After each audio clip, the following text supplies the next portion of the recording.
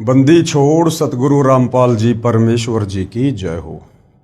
परमपिता परमात्मा सारी सृष्टि के रचनहार कुल मालिक असंख्य ब्रह्मांडों के स्वामी जगत गुरु तीनों लोकों में प्रवेश करके सबका धारण पोषण करने वाले राजाधिराज आत्माधार नाथों के नाथ देवों के देव महादेव सर्वेश्वर महेश्वर मृत्युंजय अजरो अमर आदि अनादि सनातनी प्रभु जगत पिता जगदीश्वर श्री श्री 1008 की उपाधि के वास्तविक अधिकारी अकाल मूरत सौद स्वरूपी राम वासुदेव सर्वगतम ब्रह्म परम पूज्य प्रथम पूज्य परम पुरुष परम धनी परम दयालु सत्य कबीर हक्का कबीर अल्लाहु कबीर अल्लाहु अकबर बाखबर अल्लाह ताला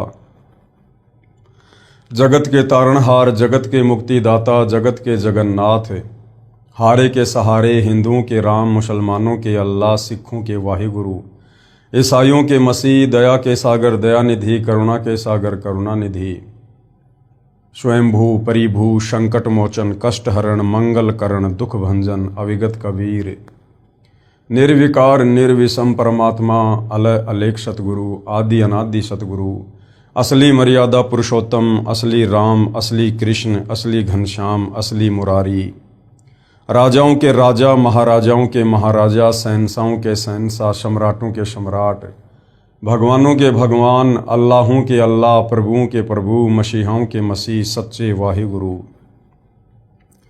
बाबाओं के बाबा पीरों के पीर सेठों के सेठ जगत सेठ सावड़सा सेठ सर्वगुण संपन्न अनंत कोटि कलाओं के स्वामी अनंत कोटि ब्रह्मांडों के नायक योगियों में महायोगी ध्यानियों में महाध्यानी सिद्धों में परम सिद्ध ज्ञानियों में तत्वज्ञानी ब्रह्म ज्ञानी महाज्ञानी परम ज्ञानी सर्वश्रेष्ठ ज्ञानी विज्ञानी युवा कबीर समर्थ कबीर असमवात अमित ओजा सच्चे रहनुमा करीम अल्लाह सुभान अल्लाह दुनिया के अंतिम पैगंबर 8 सितंबर 1951 से गांव धनाना जिला सोनीपत हरियाणा भारतवर्ष की पावन भूमि पे प्रकट रियल कल्कि भगवान श्री नारायण साकार हरि श्री बाबा साहिब नूर अनंत परमात्मा सच्चे दरवेश सच्चे बाखबर संत श्रोमणी सतगुरु रामपाल जी परमेश्वर जी के चरण कमल में आप और हम सभी भाई बहनों का अनंत कोटि दंडवत प्रणाम। सत्साई भाई और बहनों, बहुत बड़ी दया बहुत बड़ी मेहर पूज्य गुरुदेव भगवान की परमेश्वर रामपाल जी की, जिनके शुभ आशीर्वाद से विशेष आशीर्वाद से आप और हम सभी परमात्मा चाहने वाली आत्माओं को अध्यात्म के विषय में भक्ति मार्ग के विषय में वो गूढ़ गहन जानकारियाँ प्राप्त हो रही हैं, जो जानकारियाँ हम सदियों से जानने के इच्छुक थे।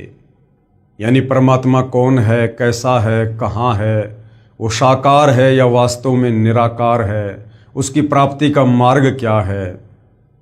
आज भाई और बहनों, परमेश्वर रामपाल जी के आशीर्वाद से उनके सत्संगों का संग्रह पवित्र पुस्तक ज्ञान गंगा, इस पुस्तक में हमें उन तमाम सवालों के जवाब मिल चुके हैं। तो भाई और बहनों, ये पवित्र पुस्तक ज्ञान गंगा ये सर्व धर्मों के सर्व धर्म शास्त्रों के ज्ञान से प्रमाणित है और इस पवित्र पुस्तक ज्ञान गंगा को पढ़ने के बाद ही हम वास्तव में भक्ति मार्ग के विषय में, अध्यात्म के विषय में, आत्म और परमात्म ज्ञान के विषय में जान सकते हैं, समझ सकते हैं। दूसरा कोई विकल्प, कोई तरीका धरती पर नहीं है, क्योंकि हमारे नादान ज्ञानहीन धर्मगुरु ये संस्कृत भाषा के ज्ञाता अवश्य थे, परंतु इनको तत्व ज्ञान नहीं था और तत्व ज्ञान के अभाव में किसी भी धर्म के किसी भी सदग्रंथ को नहीं समझा जा सकता, क्योंकि अपने द्वारा रची गई सृष्टि का ज्ञान परमात्मा स्वयं ही धरती पर तत्वदर्शी संत बनकर समझाता है। इसलिए इस पृथ्वी 21 ब्रह्मांड का कोई भी प्राणी, चाहे ब्रह्मा विष्णु महेश ही क्यों ना हो, जब गीता का ज्ञान देने वाला काल ब्रह्म खुद गीता जी में कह रहा है कि अर्जुन, यहाँ विचार काल में तेरे को गीता का ज्ञान देते समय मुझे भी इस कंप्लीट सृष्टि रचना का ज्ञान नहीं है, इसका आदि और अनादि मुझे भी नहीं पता है। तो भाई और बहनों, जब स्वयं 21 ब्रह्मांड का स्वामी काल निरंजन अपने आप को तत्व ज्ञान समझाने के विषय में असमर्थ जाहिर कर रहा है, तो बाकी ब्रह्मा विष्णु महेश दुर्गा ये जितने भी आचार्य, शंकराचार्य, देवी देवता, ये सब उसके अधीन है, उसके नीचे हैं। इसलिए भाई और बहनों, अपने द्वारा रची गई सृष्टि का ज्ञान, सर्व ब्रह्मांडों का ज्ञान जो है कबीर परमेश्वर सतलोक से चलकर स्वयं ही इस पृथ्वी पर प्रकट होकर हमें समझाते हैं, बताते हैं। और निसंदेह आज वही कबीर परमेश्वर सतगुरु रामपाल जी के रूप में धरती पर प्रकट हैं और सन 1994 से अपने द्वारा रची गई सृष्टि का ज्ञान हमें करवा रहे हैं।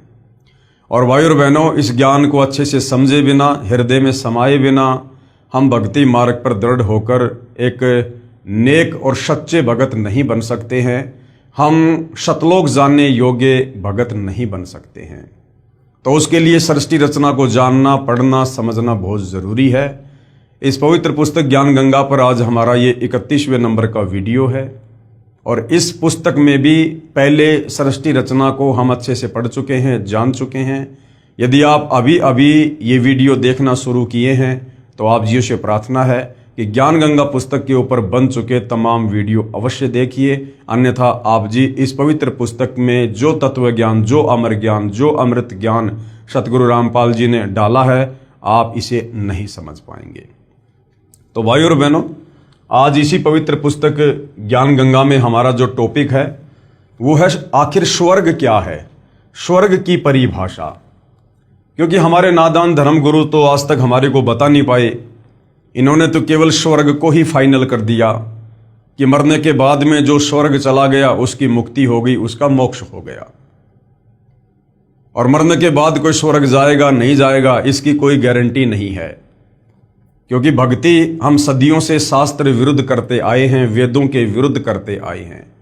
पवित्र गीता और चारों वेद हमें जिस मंत्र का जाप करने का निर्देश दे रहे हैं वो मंत्र हमारे धर्म गुरुओं ने हमें नहीं दिया, और ना उस मंत्र के दान करने का ये हमारे धर्म गुरु अधिकारी थे। जिस कारण से हम स्वर्ग तक की यात्रा भी बड़ी मुश्किल से कर पाए हैं। तो वास्तव में स्वर्ग क्या है? क्या स्वर्ग अध्यात्म की लास्ट उपलब्धि है? भाई और बहनों, जिस स्वर्ग को लेकर हमारे धर्म गुरु हमें कहा करते थे या वर्तमान में भी कह रहे हैं, वो स्वर्ग तो भक्ति मार्ग की बहुत ही छोटी इकाई है। इससे ऊपर तो करोड़ों स्वर्ग हैं, करोड़ों स्वर्ग। और वास्तव में स्वर्ग क्या है? वास्तव में स्वर्ग सतलोक है, सचखंड है, जहां जाने के बाद फिर वापस लौटकर जन्म और मरण में नहीं आना। 184 योनियों में गधे, कुत्ते, सुअर के शरीर धारण करके कष्ट नहीं उठाना। जिस स्वर्ग में जाने के बाद फिर कभी नरक में नहीं जाना। और जो ये 21 ब्रह्मांड ज्योति निरंजन के अंतर्गत जो स्वर्ग है, जिसको बैकुंठ कहते हैं, जिसके विषय में हमारे नादान धर्मगुरु हमें बताते हैं, इस स्वर्ग में जाने के बाद तो हमें वापस नरक में भी जाना पड़ेगा, 184 योनियों में भी जाना पड़ेगा। फिर से जन्म और मरण का चक्कर ज्यों का त्यों बना रहेगा। तो भाई और बहनों, हम समझते हैं कि वास्तव में स्वर्ग है क्या, जिस स्वर्ग के विषय में आप और हमें सुना सुना के हमारे कान पका दिए धर्म गुरुओं ने। यदि घर में किसी की मृत्यु हो जाए तो पीछे से परिवार के सदस्य उस फोटो के नीचे लिखवा दिया करते हैं कि फला फला का स्वर्गवास दिनांक इतने को हो गया। भले ही वो नरक में गया है शास्त्र विरुद्ध साधना करके, वो पितर बन गया, भूत बन गया, लेकिन पीछे से उसकी तस्वीर पर लिखा दिया स्वर्गवासी। तो भाई और बहनों, ये वास्तव में स्वर्ग क्या है? जब तक हम इसकी जड़ तक नहीं पहुंचेंगे हमारी आस्था इससे नहीं हटेगी। और हमने इस स्वर्ग में नहीं जाना है, हमने तो वास्तविक स्वर्ग, वास्तविक बैकुंठ, सतलोक, सचखंड में जाना है। पवित्र पुस्तक ज्ञान गंगा स्वर्ग की परिभाषा। उदाहरणार्थ, स्वर्ग को एक होटल यानी रेस्टोरेंट समझो। जैसे कोई धनी व्यक्ति गर्मियों के मौसम में शिमला या कुल्लू मनाली जैसे शहरों में ठंडे स्थानों पर जाता है, वहाँ किसी होटल में ठहरता है जिसमें कमरे का किराया तथा खाने का खर्चा अदा करना होता है। 2 या 3 महीने में 20 या 30 हजार रुपये खर्च करके वापस अपने कर्म क्षेत्र में आना होता है। फिर 10 महीने मजदूरी मेहनत करो, फिर 2 महीने अपनी ही कमाई खर्च कर वापस आओ। यदि किसी वर्ष कमाई अच्छी नहीं हुई तो उस 2 महीने के सुख को भी तरसो।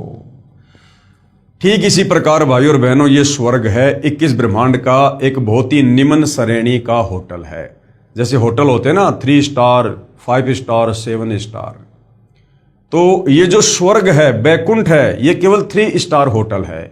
इससे ऊपर तो 21 ब्रह्मांड में महास्वर्ग, उसको समझो 5 स्टार होटल। उसके बाद इस काल का जो ब्रह्मलोक है उसको समझो 7 स्टार होटल।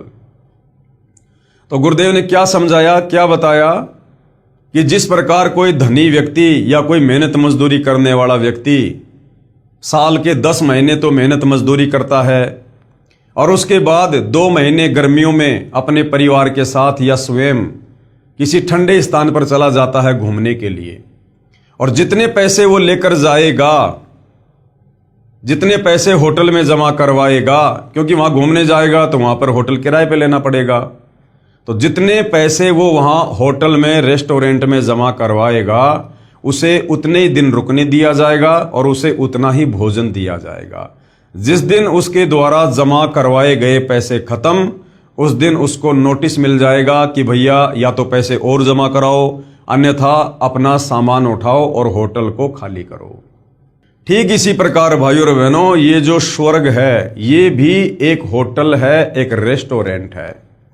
इस पृथ्वी पर हम जो मनुष्य शरीरधारी स्त्री या पुरुष हैं, हमें यहां पर परमपिता परमेश्वर ने ये मनुष्य जन्म स्त्री या पुरुष का ये परमात्मा प्राप्ति के लिए, मोक्ष की प्राप्ति के लिए दिया है।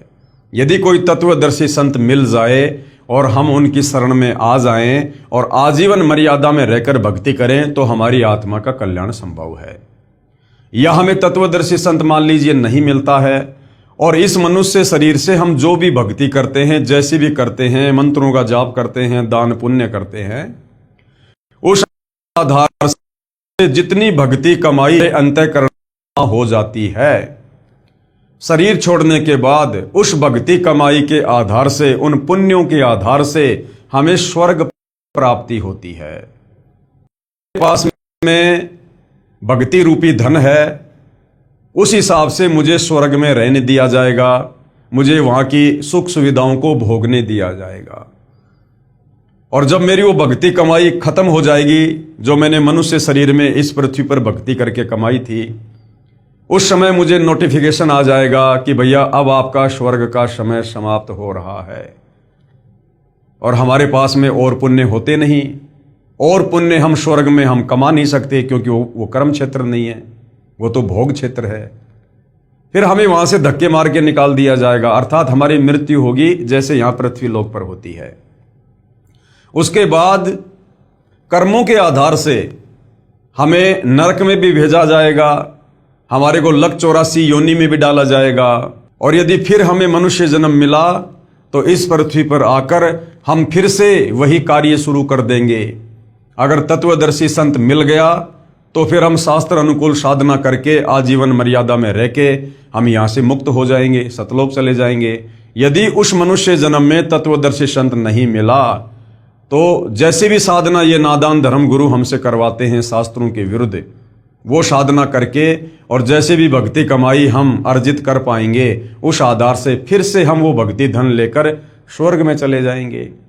फिर साल, 10 साल, 20 साल, 100 साल, 500 साल, इसकी जैसी भक्ति कमाई है उस आधार से वो स्वर्ग में रहेगा, थोड़ी बहुत मौज मस्ती करेगा, और जैसे भक्ति रूपी धन खत्म होगा फिर से उसको नरक में, लक 84 योनि में, ये चक्कर इस प्रकार से भाई और बहनों हमारा जन्म और मरण का चलता रहेगा। तो ये है स्वर्ग। इससे ऊपर है महास्वर्ग। महास्वर्ग में वो जाता है जिसकी भक्ति कमाई ज्यादा होती है, जिसका भक्ति धन ज्यादा होता है, वो थोड़ा ज्यादा दिन वहां पर मौज मस्ती कर लेता है। आना उसको भी फिर नीचे पड़ेगा, जन्म और मरण में, लक 84 योनियों में और नरक में, क्योंकि 21 ब्रह्मांड की यही अंतिम उपलब्धि है।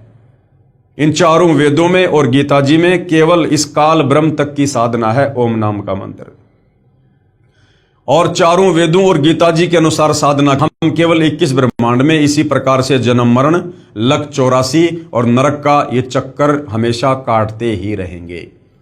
और ये हमारा चक्कर उस समय तक खत्म नहीं होगा जब तक हमें मनुष्य तत्वदर्शी संत की शरण नहीं मिलेगी। क्योंकि तत्वदर्शी संत के पास ही कंप्लीट भक्ति का होता है। गीता अध्याय 17 श्लोक 23 में जो पूर्ण ब्रह्म परमेश्वर के परम अक्षर ब्रह्म के जो 3 मंत्र हैं जिनसे पूर्ण मुक्ति होगी, ओम तत् सत, और पवित्र कुरान शरीफ में जो ऐन सीन काफ अस सूरा 42 और उसका मंत्र 1 और 2, उसमें जो ऐन सीन काफ है ये कोड वर्ड में है, वास्तव में वो क्या मंत्र हैं वो तत्वदर्शी संत बताएगा। तो यदि हमें तत्वदर्शी संत नहीं मिलता है तो इसी प्रकार से हम स्वर्ग में, नरक में, महास्वर्ग में, लक 84 में, और जब तत्वदर्शी संत मिल जाए तब भाई और बहनों हमारी मुक्ति का रास्ता बनता है। तो वर्तमान में हमारा परम सौभाग्य है कि आज धरती पर जगत गुरु तत्वदर्शी सतगुरु रामपाल जी स्वयं प्रकट हैं। आज यदि हम इस काल के 21 ब्रह्मांड से निकलना चाहें, जन्म मरण के चक्कर को समाप्त करना चाहें, तो बड़ी आसानी से उनकी शरण में आकर करवा सकते हैं। ठीक इसी प्रकार स्वर्ग को जानो, जिस प्रकार वो होटल है इसी प्रकार से स्वर्ग को जानो। इस पृथ्वी लोक पर साधना यानी भक्ति करके कुछ समय स्वर्ग रूपी होटल में चला जाता है जीव, फिर अपनी जो पुण्य कमाई है खर्च करके वापस नरक तथा 84 लाख प्राणियों के शरीर में कष्ट पाप कर्म के आधार पर भोगना पड़ता है। जब तक तत्वदर्शी संत नहीं मिलेगा तब तक उपरोक्त जन्म मृत्यु तथा स्वर्ग नरक व 84 लाख योनियों का कष्ट बना ही रहेगा। क्योंकि गीता ज्ञान दाता काल ब्रह्म गीता अध्याय 4 श्लोक नंबर 34 में खुद कह रहा है कि अर्जुन, अगर तुझे परम सुख चाहिए, परम शांति चाहिए, सनातन परम धाम को प्राप्त करना है, जहां जाने के बाद साधक लौटकर वापस मेरे इस 21 ब्रह्मांड में जन्म मरण में नहीं आता, उसके लिए तू किसी तत्वदर्शी संत की खोज कर। वो तत्वदर्शी संत ही तुझे परमात्म ज्ञान बताएगा, तुझे मुक्ति का मार्ग बताएगा। अर्थात गीता ज्ञान देने वाले काल ब्रह्म के पास भी वो कंप्लीट मुक्ति का मार्ग नहीं है, क्योंकि केवल पूर्ण परमात्मा का शतनाम तथा सारनाम ही पापों का नाश करता है। अन्य प्रभुओं की पूजा से, जैसे ब्रह्मा विष्णु महेश दुर्गा या काल ब्रह्म की पूजा से पाप नष्ट नहीं होते। सर्व कर्मों का ज्यों का त्यों यथावत फल ही मिलता है। अगर पुण्य है तो स्वर्ग मिल जाएगा और फिर पाप के आधार से नरक भी भोगना पड़ेगा। इसलिए गीता अध्याय 8 श्लोक 16 में कहा है कि ब्रह्मलोक यानी महास्वर्ग तक स्वर्गलोक नाशवान है। जब स्वर्ग महास्वर्ग ही नहीं रहेंगे तब भगत का कहां ठिकाना होगा, कृपया विचार करो। गीता अध्याय 8 श्लोक 16 में गीता का ज्ञान देने वाला काल ब्रह्म कह रहा है कि अर्जुन, मेरी जो साधना का मंत्र है वो ओम है, गीता अध्याय 8 श्लोक नंबर 13 में, और मेरी ओम नाम की साधना 21 ब्रह्मांड की सर्वश्रेष्ठ साधना है। इस ओम नाम की कमाई से मृत्यु उपरांत साधक कहां जाता है, महास्वर्ग में। और अध्याय 8 श्लोक नंबर 16 में कह रहा है कि ब्रह्मलोक पर्यंत सर्वलोक पुनरावृत्ति में है, कि महास्वर्ग में गया हुआ प्राणी भी वापस जन्म और मरण में है। और एक समय ऐसा आता है ये 21 ब्रह्मांड भी नष्ट होते हैं, स्वर्ग महास्वर्ग सब ये परले में आते हैं। तो बताओ फिर वो भगत कहां जाएगा, वो साधक कहां जाएगा फिर। अर्थात गीता और वेदों के अनुसार साधना करने वाला व्यक्ति कभी भी इस काल के जाल से मुक्त नहीं होता। इसलिए कबीर परमात्मा स्वयं तत्वदर्शी संत का रूप धारण करके आते हैं और हमें इन 4 वेदों से ऊपर 5वें वेद सूक्ष्म वेद से हमें यथार्थ भक्ति बताते हैं, क्योंकि 4 वेदों में मुक्ति का मार्ग नहीं है। तो आज भाई और बहनों वो कंप्लीट सूक्ष्म ज्ञान, कंप्लीट 5वें वेद सूक्ष्म वेद का ज्ञान केवल धरती पर सतगुरु रामपाल जी के पास ही है, अन्य किसी आचार्य शंकराचार्य जी के पास में नहीं है। प्रश्न किया किसी ने, क्या गीता जी का नित्य पाठ करने का कोई लाभ नहीं है? जो दान करते हैं, जैसे कुत्ते को रोटी, भूखे को भोजन, चींटियों को आटा, तीर्थों पर भंडारा आदि करते हैं, क्या यह भी व्यर्थ है? तो गुरुदेव भगवान ने क्या जवाब दिया? उत्तर, धार्मिक सदग्रंथों के पठन पाठन से ज्ञान यज्ञ का फल मिलता है। आप गीता पढ़ोगे, रामायण पढ़ोगे, महाभारत पढ़ोगे, आपको केवल ज्ञान होगा, केवल ज्ञान यज्ञ का फल मिलेगा, जो बहुत ही कम है। आपको केवल जानकारी होगी, उससे आपका समाधान नहीं होगा, आपको कोई लाभ नहीं मिलेगा, उससे केवल जानकारी होगी। तो धार्मिक सदग्रंथों के पठन पाठन से ज्ञान यज्ञ का फल मिलता है। यज्ञ का फल कुछ समय स्वर्ग या जिस मकसद से किया उसका फल मिल जाता है, परंतु मोक्ष नहीं मिलेगा। नित्य पाठ करने का मुख्य कारण यह होता है कि सदग्रंथों में जो साधना करने का निर्देश है तथा जो न करने का निर्देश है, उसकी याद ताजा रहे कि भगवान हमें क्या बता रहे हैं, हमें प्रतिदिन किस प्रकार से इस संसार में रहना है, क्या क्या हमने करना है, क्या क्या नेक नीति और सदाचार अपनाना है। हमें सदग्रंथों के पठन पाठन से हमें केवल इस बात का ज्ञान होता है, हमारी याद जो है वो ताजा बनी रहती है। कभी कोई गलती ना हो जाए जिससे हम वास्तविक मकसद त्याग कर, गफलत करके, शास्त्र विधि त्याग कर मनमाना आचरण यानी पूजा ना करने लग जाएं, तथा मनुष्य जीवन के मुख्य उद्देश्य की याद बनी रहे कि मनुष्य जीवन का मूल उद्देश्य आत्म कल्याण ही है, जो शास्त्र अनुकूल साधना से ही संभव है। तो शास्त्रों के पठन पाठन से केवल हमें इतना ही लाभ है कि हमें ज्ञान होगा और ज्ञान यज्ञ का फल मिलेगा। जैसे एक जमींदार को बुढ़ापे में पुत्र की प्राप्ति हुई, किसान ने सोचा जब तक बच्चा जवान होगा, अपने खेती बाड़ी के कार्य को संभालने योग्य होगा, कहीं मेरी मृत्यु ना हो जाए। इसलिए किसान ने अपना अनुभव लिख कर छोड़ दिया तथा अपने पुत्र से कहा कि पुत्र, जब तू जवान हो तब अपने खेती बाड़ी के कार्य को समझने के लिए इस मेरे अनुभव के लेख को प्रतिदिन पढ़ लेना तथा अपनी जो कृषि करना। पिताजी की मृत्यु के उपरांत किसान का पुत्र प्रतिदिन पिताजी के द्वारा लिखे अनुभव के लेख को पढ़ता, परंतु जैसा उसमें लिखा है वैसा कर नहीं रहा है। वह किसान का पुत्र क्या धनी हो सकता है? कभी नहीं। वैसे ही करना चाहिए जो पिताजी ने अपना अनुभव लिखा है। तो भाई और बहनों, इसी प्रकार जो पवित्र गीता जी हैं, चारों वेद है, इसमें हमारे परमपिता परमेश्वर सर्वसृष्टि रचनहार परम अक्षर ब्रह्म ने, कबीर देव ने स्वयं या फिर अन्य के माध्यम से इसमें परमेश्वर ने भक्ति विधान लिखवाया है, भक्ति अनुभव लिखवाया है कि कौन सी भक्ति करने से हमारी आत्मा का कल्याण होगा, कौन से भक्ति मंत्रों का जाप करने से हम काल के जन्म मरण के कष्टों से बाहर निकल सकते हैं। ये कंप्लीट भक्ति का जो सिलेबस है ये इन धार्मिक सदग्रंथों में है, पवित्र गीता में है और वेदों में है। वेद को हो चाहे गीता को हो, बात एक ही है, क्योंकि चारों वेदों का सार पवित्र गीता जी है। अब जो हमारे परमपिता परमेश्वर ने हमारी आत्मा के कल्याण के लिए उस पवित्र गीता में जिस भक्ति को करने का, जिन मंत्रों को जाप करने का निर्देश दिया है, हम वो तो कर नहीं रहे और केवल प्रतिदिन गीता जी का पाठ कर रहे हैं, तो क्या उससे हमारी मुक्ति होगी? कभी नहीं होगी। हमने वैसा ही करना पड़ेगा जैसे हमारे परमपिता परमेश्वर ने मुक्ति के लिए उसमें भक्ति विधि लिखी है, जो भक्ति मंत्र जाप करने को दिया है, हमने उसी अनुसार साधना करनी होगी। ठीक इसी प्रकार पवित्र गीता जी के पाठ को तो श्रद्धालु नित्य कर रहे हैं, परंतु भक्ति साधना सदग्रंथ के विपरीत कर रहे हैं। इसलिए गीता अध्याय 16 श्लोक 23-24 के अनुसार व्यर्थ साधना है।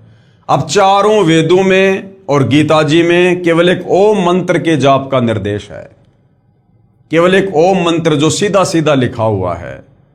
गीता अध्याय 8 श्लोक नंबर 13, गीता ज्ञानदाता काल ब्रह्म अपनी साधना का मंत्र बता रहा है कि ओम इति एक अक्षर, कि मुझ काल की साधना का तो केवल एक ओम अक्षर है बस। ब्रह्म व्यवहारण माम अनुस्मरण ये परियाति तजन देहम सयाति परमाम गतम, कि भाई अर्जुन, मुझ काल की साधना का तो केवल ये कि ओम मंत्र है, जो इसका बोल बोल कर उच्चारण करके अंतिम श्वास तक जाप करेगा वो मेरे ब्रह्मलोक में आ जाएगा। तो ओम नाम की साधना करने वाला ये कहां जाएगा? महास्वर्ग में जाएगा, ब्रह्मलोक में जाएगा, फिर वापस जन्म मरण में रहेगा। फिर गीता अध्याय 17 श्लोक नंबर 23 में कहा है कि अर्जुन, उस पूर्ण परमेश्वर का जो मंत्र है उसका मंत्र है ओम तत् सत इति निर्देशय ब्रह्मण त्रिविध समर्थय। कि उस पूर्ण परमेश्वर की भक्ति का तो भाई 3 मंत्र का जाप है, ओम तत् सत। अब ओम तो सीधा सीधा काल का है, तत् और सत ये सांकेतिक है, कोड वर्ड में है। अब ये कौन बताएगा? गीता ज्ञानदाता कहता भैया इसके विषय में मुझे भी नहीं पता, ये तत् और सत क्या है, इसके पीछे कौन से मंत्र छुपे हुए हैं, इसकी जानकारी अर्जुन मुझे नहीं है। तो अर्जुन ने कहा कि फिर वो जानकारी कौन देगा? तो गीता अध्याय 4 श्लोक 34 में बताया कि उसके लिए तू किसी तत्वदर्शी संत की खोज कर ले। वो तत्वदर्शी महात्मा ही तुझे तत्व ज्ञान बताएगा, ये भेद बताएगा तुझे ओम तत् सत का। अर्जुन ने कहा कि मैं उसको कैसे पहचानूंगा? तो गीता अध्याय 15 श्लोक नंबर 1 से 4 में उसकी पहचान बताई है कि जो संत, जो महात्मा उल्टे लटके संसार रूपी पेड़ के हर एक विभाग को सचित्र साबित कर दे, बता दे कि जड़ कौन भगवान है, उसका जो तना है वो कौन भगवान है, वो डार कौन भगवान है, शाखा कौन भगवान है, उसको तत्वदर्शी संत जानना। तो वर्तमान में भाई और बहनों इस धरती पर गीता अध्याय 15 श्लोक नंबर 1 से 4 के अनुसार उल्टे लटके संसार रूपी उस वृक्ष की सचित्र व्याख्या केवल सतगुरु रामपाल जी परमेश्वर जी ने की है और समझा दिया है कि वास्तव में सृष्टि रचना क्या है। तुम पहले कहां रहा करते थे? इस काल के गंदे लोक में क्यों अपना कर्म भोग रहे हो? क्यों जन्म मरण के चक्कर में पड़े हो? क्यों गधे कुत्ते सुअर बन रहे हो? आज ये तुम्हें मनुष्य जन्म देके राजा बना रहा है, कल को लक 84 में गधा बना देगा, सुअर बना देगा। ये इस प्रकार से तुम्हें धोखा देकर अपना स्वार्थ सिद्ध कर रहा है, क्योंकि इस काल को प्रतिदिन 1 लाख मानव शरीरधारी आत्माओं के सूक्ष्म शरीर से निकली वासना खाने का श्राप लगा हुआ है। ये सृष्टि रचना सुनेंगे, समझेंगे, तब हमें पूरा माजरा समझ में आएगा। जैसे तीनों गुणों रजगुण ब्रह्मा जी, सतगुण विष्णु जी, तमगुण शिव जी की पूजा गीता अध्याय 7 श्लोक 12 से 15 तथा 20 से 23 में मना है। खुद ये गीता ज्ञान देने वाला काल ब्रह्म गीता अध्याय 7 श्लोक 12 से 15, 20 और 23 में अपने तीनों बेटों की साधना ब्रह्मा विष्णु महेश की पूजा के लिए भी मना कर रहा है। और विशेषकर हिंदू समाज 90% ब्रह्मा विष्णु महेश के पीछे लगा हुआ है। तो किसकी गलती है? ये हमारे नादान तत्व ज्ञानहीन धर्म गुरुओं की, जो तत्व ज्ञान के अभाव में इन शास्त्रों का निष्कर्ष नहीं निकाल पाए और पूरे भगत समाज को, परमात्मा चाहने वाली आत्माओं को इन्होंने शास्त्र विरुद्ध घटिया साधना पर लगा दिया, शास्त्रों के विरुद्ध साधना करवा रहे हैं। तथा श्राद्ध निकालना अर्थात ये पितृ पूजा, पिंड भरवाना, फूल अस्थियां उठाकर गंगा में ये क्रिया करवाना, 13वीं 17वीं महीना 6 माही वर्षी आदि करना गीता अध्याय 9 श्लोक 25 में मना है। तो भाई और बहनों, हमारे शास्त्र क्या कह रहे हैं, जिनमें भक्ति का अनुभव है, और हम कर क्या रहे हैं? यदि हम गीता जी के विरुद्ध साधना करेंगे, गीता जी के विरुद्ध मंत्रों का जाप करेंगे, तो चाहे हम कितना ही गीता जी का नित्य पाठ कर लें, हमारी मुक्ति उस पाठ से नहीं है। व्रत रखना गीता अध्याय 6 श्लोक 16 में मना किया है। लिखा है कि हे अर्जुन, योग यानी भक्ति न तो बिल्कुल न खाने वाले की, न खाना अर्थात व्रत रखना सिद्ध होता है, न तो बिल्कुल न खाने वाले का सिद्ध होता है, अर्थात जो व्रत करते हैं उनकी भक्ति साधना कभी भी सफल नहीं होती है, अर्थात व्रत रखना मना है। भूखों को भोजन देना, कुत्तों आदि जीव जंतुओं व पशुओं को आहार कराना आदि बुरा नहीं है, परंतु पूर्ण संत के माध्यम से उनकी आज्ञा अनुसार दान तथा यज्ञ आदि करना ही पूर्ण लाभदायक है। ठीक है, आपके घर के बाहर कोई गाय आ जाए, कोई कुत्ता आ जाए, घर पे रोटी है तो दे दो, उनको डाल दो, कोई दिक्कत नहीं है। लेकिन यदि आप ये सोचो कि गायों को चारा खिलाने से, कुत्तों को रोटियां खिलाने से, चींटियों के बिल में आटा डालने से ही मुझे लाभ मिलेगा, पुण्य मिलेगा, मेरी मुक्ति होगी, तो ये हमारी बहुत बड़ी गलतफहमी है। देखो भाई और बहनों, लक 84 योनियों में जितने भी जीव जंतु और प्राणी हैं, उन सब का पेट कबीर परमात्मा भरता है। उनको जन्म देने से पहले अंतिम समय तक वो क्या खाएंगे क्या पिएंगे, सारी व्यवस्था परमात्मा ने सबकी करके रखी हुई है। कोई हमारे भरोसे नहीं आता। माँ के गर्भ में पल रहा बच्चा अपने बाप या माँ के भरोसे बाहर नहीं आता, वो अपनी किस्मत परमात्मा से लिखवा कर लाता है। हाँ, यदि उसकी किस्मत में कुछ फेरबदल हो सकता है तो तत्वदर्शी संत की शरण में आने के बाद हो सकता है। तो सबका परमेश्वर ने प्रारब्ध निश्चित किया होता है। परमात्मा कहते हैं पो पाटी पगड़ा भया जागी जिया जून, सब काहों को देत है वो चौंस समाना चून। तो यदि हम तत्वदर्शी संत की शरण में ना आकर और यदि शास्त्र अनुकूल साधना नहीं करते हैं और ये सोचकर कि मैं तो गौशाला में दान करता हूं, चारा डलवाता हूं, मैं प्रतिदिन गाय को रोटी खिलाता हूं, चींटियों को आटा डालता हूं, इससे मुझे मुक्ति मिल जाएगी, इससे मुक्ति नहीं मिलेगी। केवल तुम्हारे वो पुण्य बनेंगे और वो पुण्य तुम स्वर्ग में भोग लोगे या और तुम्हारी किसी मुसीबत के समय में काम आ जाएगा, लेकिन मुक्ति नहीं होगी। इतना करने से तुम 184 योनियों में जाने से नहीं बच सकते, नरक में जाकर कष्ट भोगने से नहीं बच सकते, जन्म मरण की पीड़ा से छुटकारा प्राप्त नहीं कर सकते। यह तो केवल एक आंशिक लाभ है। पूर्ण लाभ के लिए, पूर्ण मोक्ष के लिए पूर्ण संत की तलाश करनी होगी। और पूर्ण संत एक समय में पृथ्वी पर एक ही होता है और वो स्वयं कबीर भगवान होता है। वही कंप्लीट भक्ति का कोर्स बताते हैं जो गीता अध्याय 4 श्लोक नंबर 34 में बताया है। तब जाकर मुक्ति होगी। जैसे एक कुत्ता कार के अंदर मालिक वाली सीट पर बैठकर यात्रा करता है। अब जो ये शास्त्र विरुद्ध दान धर्म करते हैं, बिना तत्वदर्शी संत की शरण में आए जो लोग दान धर्म करते हैं, बड़े बड़े सेठ, बड़े बड़े लोग हैं, अरबपति खरबपति हैं, लोग आश्रमों में दान कर देते हैं, चैरिटी में दान कर देते हैं, करोड़ों अरबों में लोग दान करते हैं, बड़े बड़े धनपति लोग। अब भाई और बहनों, उस दान के प्रतिफल में उनको क्या मिलेगा? फिर ये बता रहे हैं गुरुदेव भगवान कि वो जो मनमुखी दान लोग जो कर रहे हैं, उस मनमुखी दान के प्रतिफल में आगे उनको क्या मिलेगा, किस प्रकार से परमात्मा उनको वो दान रिटर्न करेगा। जैसे एक कुत्ता कार के अंदर मालिक वाली सीट पर बैठकर यात्रा करता है, कुत्ते का ड्राइवर मनुष्य होता है। अब जैसे बहुत बड़ा कोई सेठ है, कोई मंत्री है, मुख्यमंत्री है, अब जैसे मुकेश अंबानी है। मुकेश अंबानी अपनी कार में एक जो है कुत्ता लेके चलता है।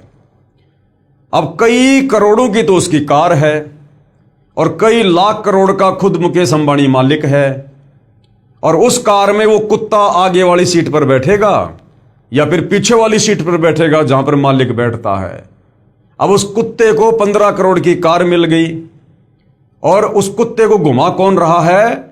ड्राइवर कौन है? मनुष्य, इंसान है।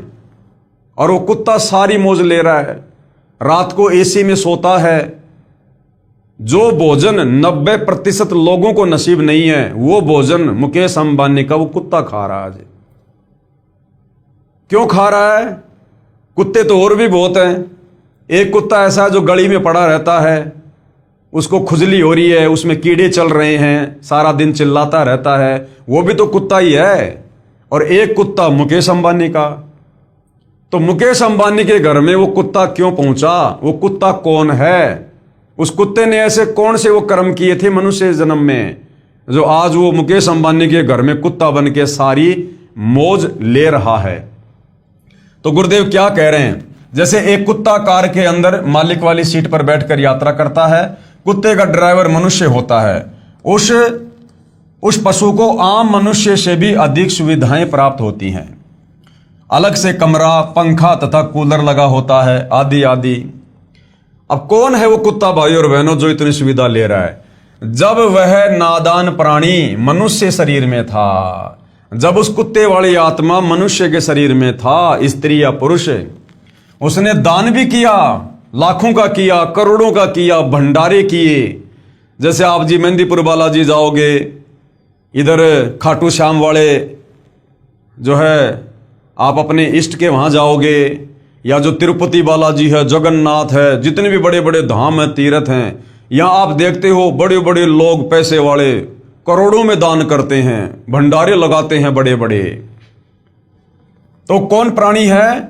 जब वह नादान प्राणी मनुष्य शरीर में था, दान भी किया, परंतु मनमाना आचरण पूजा के माध्यम से किया।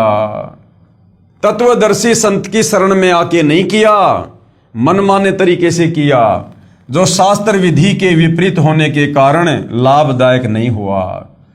प्रभु का विधान है कि जैसा भी कर्म प्राणी करेगा उसका फल अवश्य मिलेगा। ये विधान तब तक लागू है जब तक तत्वदर्शी संत पूर्ण परमात्मा का मार्गदर्शक नहीं मिलता। तो वो जो कुत्ते के शरीर में जो आत्मा है ना, वो पहले मनुष्य था और उसने इसी प्रकार से मनमुखी ये दान धर्म किया, खूब किया, कंबल बांटे, भंडारा किया, धर्मशाला बनवाई, मकान बनवाए, बड़े बड़े भंडारे लगाए और गुरु भी बनाया। तो किसी आचार्य को, शंकराचार्य को, जो कि अधिकारी नहीं है नाम दीक्षा देने का, कथा करने का। कहने का मतलब है तत्वदर्शी संत के अलावा हम चाहे किसी भी धर्म के किसी भी धर्माचार्य को अपना गुरु बना लें और चाहे अरबों खरबों में कितना ही हम दान धर्म करें, हमारी मुक्ति नहीं है, हमारा मोक्ष नहीं है। वो किया हुआ दान धर्म हमें अगले जन्म में मिल जाएगा, जैसे अनिल अंबानी के उस कुत्ते को मिल रहा है, वो कुत्ते के शरीर में मिल जाएगा। अब कुत्ते का शरीर छूटने के बाद उस भाई का जन्म हो गया फिर सूअर के घर में, फिर क्या मिलेगा उसको? अब सूअर को कौन 15 करोड़ की गाड़ी में घुमाएगा? तो ऐसे ये काल हमारी दुर्गति करता है, हमारे को धोखे में रखता है। अगर वो नादान प्राणी, अगर वो तत्वदर्शी संत की शरण में होता और फिर यदि वो अपने गुरु के बताए अनुसार दान धर्म करता तो आजीवन मर्यादा में रहता, तो उसी जन्म में उसका पीछा छूट जाता, मोक्ष प्राप्त कर लेता, सतलोक चला जाता। और किसी कारण से यदि वो रह भी जाता तो उस नादान प्राणी को वो सारी सुविधा मनुष्य के शरीर में मिलती, दोबारा परमात्मा उसको मनुष्य जन्म देता बारंबार, जब तक उसका मोक्ष नहीं हो जाता। उसको लक 84 में नहीं जाने देता तत्वदर्शी संत, तो सारी सुविधा उसको मनुष्य के शरीर में मिलती वापस है। लेकिन गुरु भी बनाया तो नकली और मनमुखी होकर दान धर्म किया, जिस कारण से वो किया हुआ धर्म तो मिल गया लेकिन वो पशु योनि में मिला उसको। जैसा जैसा कर्म प्राणी करता है वैसा ही फल प्राप्त होता है। इस विधान के अनुसार वह तीर्थों तथा धामों पर या अन्य स्थानों पर भंडारे द्वारा तथा कुत्ते आदि को रोटी डालने के कर्म के आधार पर कुत्ते की योनि में चला गया। वहां पर भी किया कर्म मिला। कुत्ते के जीवन में अपनी पूर्व जन्म की शुभ कर्म की कमाई को समाप्त करके फिर गधे की योनि में चला जाएगा। उस गधे के जीवन में सर्व सुविधाएं छीन ली जाएंगी। वहां तो कुम्हार का लठ मिलेगा, सारा दिन मिट्टी कच्ची पक्की ईंटें ढोएगा, तत्पश्चात अन्य प्राणियों के शरीर में फिर कष्ट उठाएगा तथा नरक भी भोगना पड़ेगा। 84 लाख योनियों का कष्ट भोग कर फिर मनुष्य शरीर प्राप्त करता है। फिर क्या जाने भक्ति बने या ना बने। जैसे धाम तथा तीर्थ पर जाने वाले के पैरों नीचे या जिस सवारी द्वारा जाता है उसके पहियों के नीचे जितने भी जीव जंतु मरते हैं उनका पाप भी तीर्थ व धाम यात्री को भोगना पड़ता। अब तीर्थ की यात्रा पर जा रहे हैं, धाम पर जा रहे हैं, मंदिर में जा रहे हैं, जा किस लिए रहे हैं? पुण्य कमाने के लिए। अब मान लीजिए वहां जाने से आपको एक पुण्य हुआ और आपने जीव जंतु मार दिए करोड़ों। अगर पैदल जा रहे हो तो पैर के नीचे कितने जीव जंतु मर गए, सूक्ष्म मर गए, चींटियां मर गई, अन्य जंतु मर गए। गाड़ी से जा रहे हो तो कितने जंतु मर जाते हैं टक्कर लग लग के। गाड़ी के टायर के नीचे कितने कीड़े मकोड़े मर जाते हैं, करोड़ों अरबों। तो भैया वैसे तो शास्त्र विरुद्ध साधना का कोई पुण्य है नहीं, और यदि मिल भी गया तो पुण्य तो हुआ एक, और तुमने जीव जंतुओं की हत्या करके पाप कमा लिए करोड़ों, और वो करोड़ों पाप कर्म भी भोगने पड़ेंगे। इसीलिए हम ज्यादातर समय लक 84 योनियों में चक्कर काटते हैं, क्योंकि पुण्य के बजाय हमारे अंदर पाप कर्म ज्यादा होते हैं। तो शास्त्र विरुद्ध साधना को करने के चलते जीव हमेशा जन्म मरण के चक्कर में इस प्रकार से बना ही रहेगा। जब तक पूर्ण संत जो पूर्ण परमात्मा की सत साधना बताने वाला नहीं मिलेगा, तब तक पाप नाश नहीं हो सकते।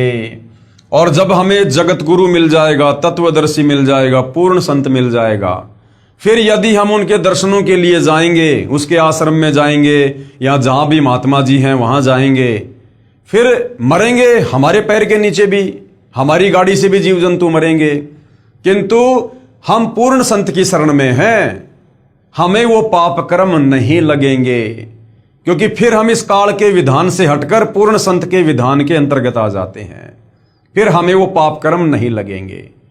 जिस प्रकार मैं गाड़ी चला रहा हूं, आप भी गाड़ी चला रहे हो, मेरे पास में लाइसेंस है, आपके पास में लाइसेंस नहीं है, और हम दोनों की गाड़ी एक्सीडेंट हो गई और यदि कोई मर गया तो मेरा बचाव हो जाएगा, क्योंकि मेरे पास में ड्राइविंग लाइसेंस है। और जिसके पास ड्राइविंग लाइसेंस नहीं है वो सीधा जेल में डाला जाएगा। इसी प्रकार भाई और बहनों, जिसको तत्वदर्शी संत की शरण प्राप्त है उसके पास में वो आध्यात्मिक लाइसेंस है। उसका गुरु वकील बनकर धर्मराय के दरबार में उसका मुकदमा लड़ता है। भाई कर ले गुरु वकील मुकदमा भारी है। तो तत्वदर्शी संत की शरण में आने के बाद हमें अनजाने में हुए जो पाप कर्म है उनका दोष नहीं लगता है, और जानबूझकर हम कोई गलती करेंगे नहीं, पाप कर्म कोई करेंगे नहीं, क्योंकि तत्वदर्शी संत हमें अपने विधान से परिचित करवा देगा कि अगर तुमने अब मेरी शरण में आने के बाद फला फला गलतियां की तो फिर इनका दंड तुम्हें बहुत भयंकर भोगना पड़ेगा। तो तत्व ज्ञान होने के बाद साधक को डर हो जाता है, भय हो जाता है, आत्म कल्याण की चिंता सताने लगती है, इसलिए साधक फिर कभी गलती नहीं करेगा। क्योंकि ब्रह्मा विष्णु महेश ब्रह्म क्षर पुरुष काल तथा ये परब्रह्म अक्षर पुरुष की साधना से पाप नाश नहीं होते। 21 ब्रह्मांड का स्वामी काल ब्रह्म, उससे ऊपर 7 संग ब्रह्मांड का स्वामी अक्षर पुरुष, इनकी साधना से हमारे पाप कर्मों का नाश नहीं हो सकता। केवल तत्वदर्शी संत की शरण में आने से ही पाप कर्मों का नाश होगा।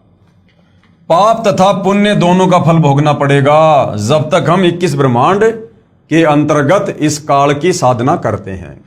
यदि वह प्राणी गीता ज्ञान अनुसार पूर्ण संत की शरण प्राप्त करके पूर्ण परमात्मा की साधना करता तो या तो सतलोक चला जाता। कौन? जो कुत्ता बना हुआ है और सारी सुविधा ले रहा था।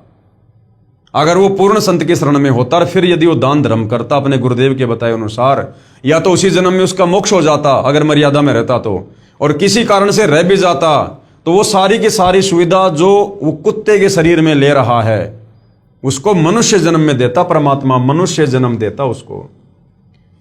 यदि वह प्राणी गीता ज्ञान अनुसार पूर्ण संत की शरण प्राप्त करके पूर्ण परमात्मा की साधना करता तो या तो सतलोक चला जाता या दोबारा मनुष्य शरीर प्राप्त करता, और पूर्व पुण्यों के आधार से फिर कोई संत मिल जाता और मनुष्य जन्म मिलता तो सुविधा तो मिलती और मनुष्य जन्म में फिर उसे परमात्मा संत रूप में मिल जाते, फिर उसकी भक्ति कमाई जो अधूरी रह गई थी पूरी करवा के उसे सतलोक ले जाते। पूर्व पुण्यों के आधार से फिर कोई संत मिल जाता, वह प्राणी फिर शुभ कर्म करके पार हो जाता। इसलिए उपरोक्त मनमाना आचरण लाभदायक नहीं है। इसलिए गीता जी अध्याय 16 श्लोक नंबर 23 के अनुसार जो लोग शास्त्र विधि को त्याग के मनमाना आचरण मनमानी पूजा साधना करते हैं उससे कोई लाभ नहीं है।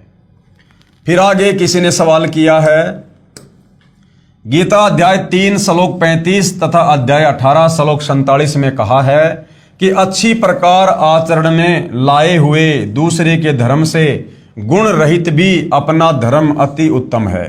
अपने धर्म में मरना भी कल्याणकारक है। दूसरे का धर्म भय को देने वाला है। इससे सिद्ध होता है कि जो भी जैसी पूजा करता है उसे त्यागना नहीं चाहिए। अपने धर्म में मरना भी कल्याणकारक है। अपने धर्म में मरना कल्याणकारक है। अपनी साधना को नहीं त्यागना चाहिए, लेकिन कब? जब आपकी साधना शास्त्र अनुकूल हो। जो साधना आप कर रहे हैं यदि वो शास्त्र अनुकूल साधना है और इसके विपरीत यदि कोई दिखावे की साधना कर रहा है और वो साधना यदि शास्त्रों के विरुद्ध है तो उस साधना के चटक मटक को देखकर हमने अपनी वो यथार्थ साधना नहीं त्यागनी चाहिए। और यदि आप मनमाना आचरण कर रहे हैं, शास्त्रों के विरुद्ध साधना कर रहे हैं और फिर सोच रहे हैं कि नहीं नहीं अपनी साधना में जीना मरना सही है, तो भैया फिर जन्म मरण में रहोगे, गधे कुत्ते सुअर ही बनते रहोगे। तो गुरुदेव भगवान इसका उत्तर दे रहे हैं, यदि गीता अध्याय 3 श्लोक 35 तथा अध्याय 18 श्लोक 47 का अर्थ यही है कि जो जैसी पूजा करता है करता रहे, उसे मत त्यागो, तो पवित्र श्रीमद् भगवत गीता जी के ज्ञान की क्या आवश्यकता थी? फिर क्या आवश्यकता थी? फिर गीता जी अध्याय 18 श्लोक नंबर 64, 65, 66 में ये गीता का ज्ञान देने वाला काल ब्रह्म अर्जुन को क्यों कह रहा है कि अर्जुन मैंने तुझे मेरी भक्ति साधना भी बता दी कि मेरा ओम नाम है, ओम नाम से तुम महास्वर्ग में जाओगे, वहां से फिर जन्म मरण में, और मैंने तुझे तत्वदर्शी संत के माध्यम से पूर्ण ब्रह्म परमेश्वर की साधना भी बता दी। अगर उस परमेश्वर की शरण में जाओगे तो हमेशा के लिए मुक्त हो जाओगे। अब तेरे ऊपर निर्भर करता है अर्जुन, तू मेरी शरण में रहना चाहता है या तत्वदर्शी संत की शरण में जाना चाहता है। तो जब गीता का ज्ञान देने वाला ही कह रहा है कि भैया अर्जुन अब तेरे बुद्धि विवेक के ऊपर है कि तुझे कौन सी साधना करनी है, तो अगर गीता अध्याय 3 श्लोक 35 के अनुसार अगर यही ठीक होता कि जो जैसी भक्ति कर रहा है वो ठीक है, वैसा ही अपनी भक्ति करता रहे, तो फिर ये गीता का ज्ञान देने की जरूरत क्या पड़ गई थी? दुनिया अपने अपनी साधना पहले से ना कर रही थी। यदि गीता अध्याय 3 श्लोक 35 तथा अध्याय 18 श्लोक 47 का अर्थ यही है कि जो जैसी पूजा करता है करता रहे, उसे मत त्यागो, तो पवित्र श्रीमद् भगवत गीता जी के ज्ञान की क्या आवश्यकता थी? एक श्लोक बहुत था। श्री गीता जी के इन श्लोकों का भावार्थ सही है, परंतु अनुवादकर्ताओं ने विपरीतार्थ यानी उल्टा अनुवाद किया हुआ है।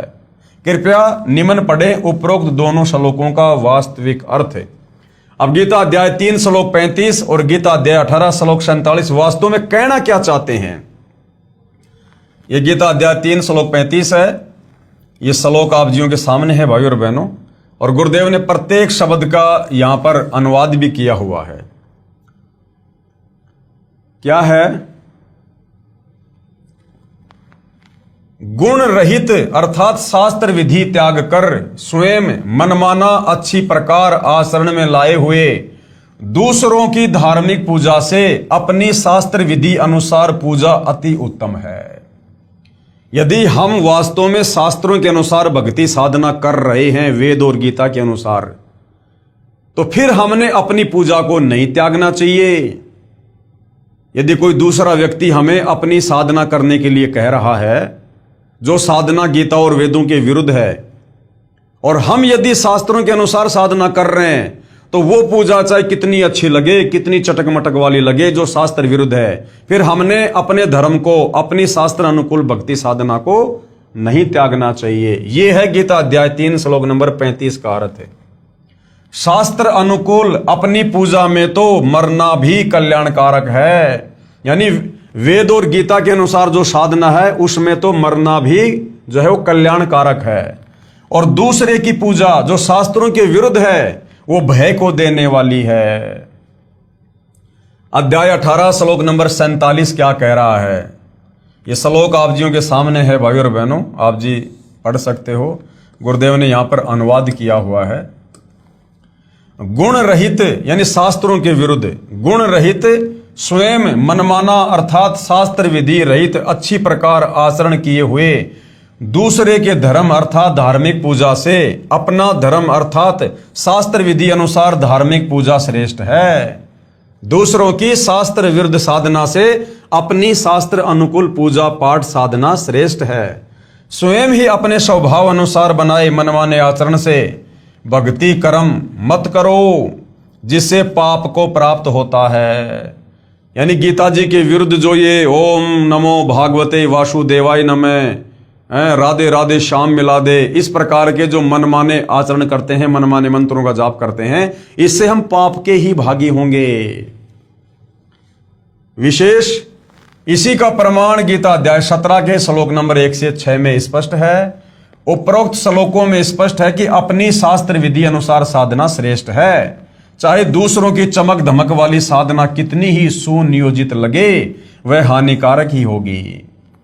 जैसे जगत वाले साधना करते हैं, कावड़ लेके आएंगे, नंगे पैरों जाएंगे, डीजे बजाते हुए जाएंगे, डांस करते हुए जाएंगे, अब वो देखने में तो बड़ी जबरदस्त साधना लगती है, मन को बड़ा आनंद आता है, नाचने का जी करता है। और यदि कोई सतगुरु रामपाल जी से उपदेश लेकर, पूर्ण संत से उपदेश लेकर भक्ति कर रहा है, तो उस भक्ति में इस प्रकार की ड्रामेबाजी के लिए कोई जगह नहीं है, क्योंकि वो कावड़ वाली, वो मनमाना आचरण है, शास्त्र विरुद्ध साधना है। तो कोई नादान उस डीजे को देखकर, लोगों को नाचता गाता देखकर और सतगुरु रामपाल जी की शरण छोड़कर, जो कि शास्त्र अनुकूल साधना थी, और दूसरे की चमक धमक वाली साधना को अपना लेता है, तो फिर वो पाप का ही भागी बनेगा, वो जन्म और मरण में ही रहेगा फिर वो। तो अपनी साधना जो शास्त्र अनुकूल है वो सर्वश्रेष्ठ है। दूसरों की चमक धमक वाली भक्ति क्रिया को देखकर भगत ने भ्रमित नहीं होना चाहिए। जैसे माता का जागरण करने वाले बहुत सुरीली आवाज में गाना गाकर माता की स्तुति मन गढ़ंत कविताओं द्वारा पूरे साजबाज के साथ करते हैं, उस स्वयं निर्मित शास्त्र विधि रहित साधना पर आकर्षित होकर अपनी शास्त्र अनुकूल साधना नहीं त्यागनी चाहिए। जैसे कोई भगत सत साधना पर लगता है तो वह पहले की शास्त्र विरुद्ध पूजाओं को त्याग देता है, जैसे पितृ पूजा, मंदिर आदि में जाना आदि। तब अन्य शास्त्र विधि विरुद्ध साधना करने वाले कहते हैं कि आपने सभी पहले वाली पूजाएं त्याग दी हैं, आपसे सारे देव रुष्ट हो जाएंगे। एक व्यक्ति ने ऐसा ही किया था, उसका इकलौता बेटा मर गया। इस तरह ये दूसरों की शास्त्र विरुद्ध साधना भय पैदा करती है, परंतु अपनी शास्त्र अनुकूल साधना को अंतिम श्वास तक करते रहना ही कल्याणकारक है। फिर किसी ने सवाल किया, प्रश्न, मैं गीता अध्याय 6 श्लोक 10 से 15 में वर्णित विधि अनुसार एक आसन पर बैठकर सिर आदि अंगों को सम करके ध्यान करता हूं, एकादशी का व्रत भी रखता हूं, इस प्रकार शांति को प्राप्त हो जाऊंगा। तो गुरुदेव भगवान क्या बता रहे हैं? उत्तर, कृपया आप गीता अध्याय 6 श्लोक 16 को भी पढ़ो, जिसमें लिखा है कि हे अर्जुन, ये योग यानी साधना न तो अधिक खाने वाले का, न बिल्कुल न खाने वाले का। अधिक खाना यानी मतलब बहुत ज्यादा भोजन करता है, जिससे आलस्य बन जाता है, पेट फूल जाता है, डकारें आती हैं, तो उससे भी आदमी अपना भजन नहीं कर पाएगा। तो ये जो योग और साधना है, गीता में लिखा है कि न तो अधिक खाने वाले की सफल होती है, न बिल्कुल न खाने वाला, अर्थात जो लोग व्रत करते हैं, कुछ भी नहीं खाते, उनकी भक्ति भी कभी सफल नहीं होगी। न अधिक जागने वाले का, जो दिन रात जागते रहते हैं, माला फेरते रहते हैं, जैसे भी है, उनकी भी भक्ति साधना सफल नहीं होगी। और न अधिक सोने वाले की, और जो हमेशा आलस्य में रहता है, सोया पड़ा रहता है, उसकी भी भक्ति सफल नहीं होगी। न ही एक स्थान पर बैठकर साधना करने वाले की सिद्ध होती है। जो कह रहा है ना कि मैं तो आसन पर बैठकर साधना करता हूं, तो गीता जी कह रही है कि एक जगह बैठकर साधना करने वाले की भी भक्ति सिद्ध नहीं होती।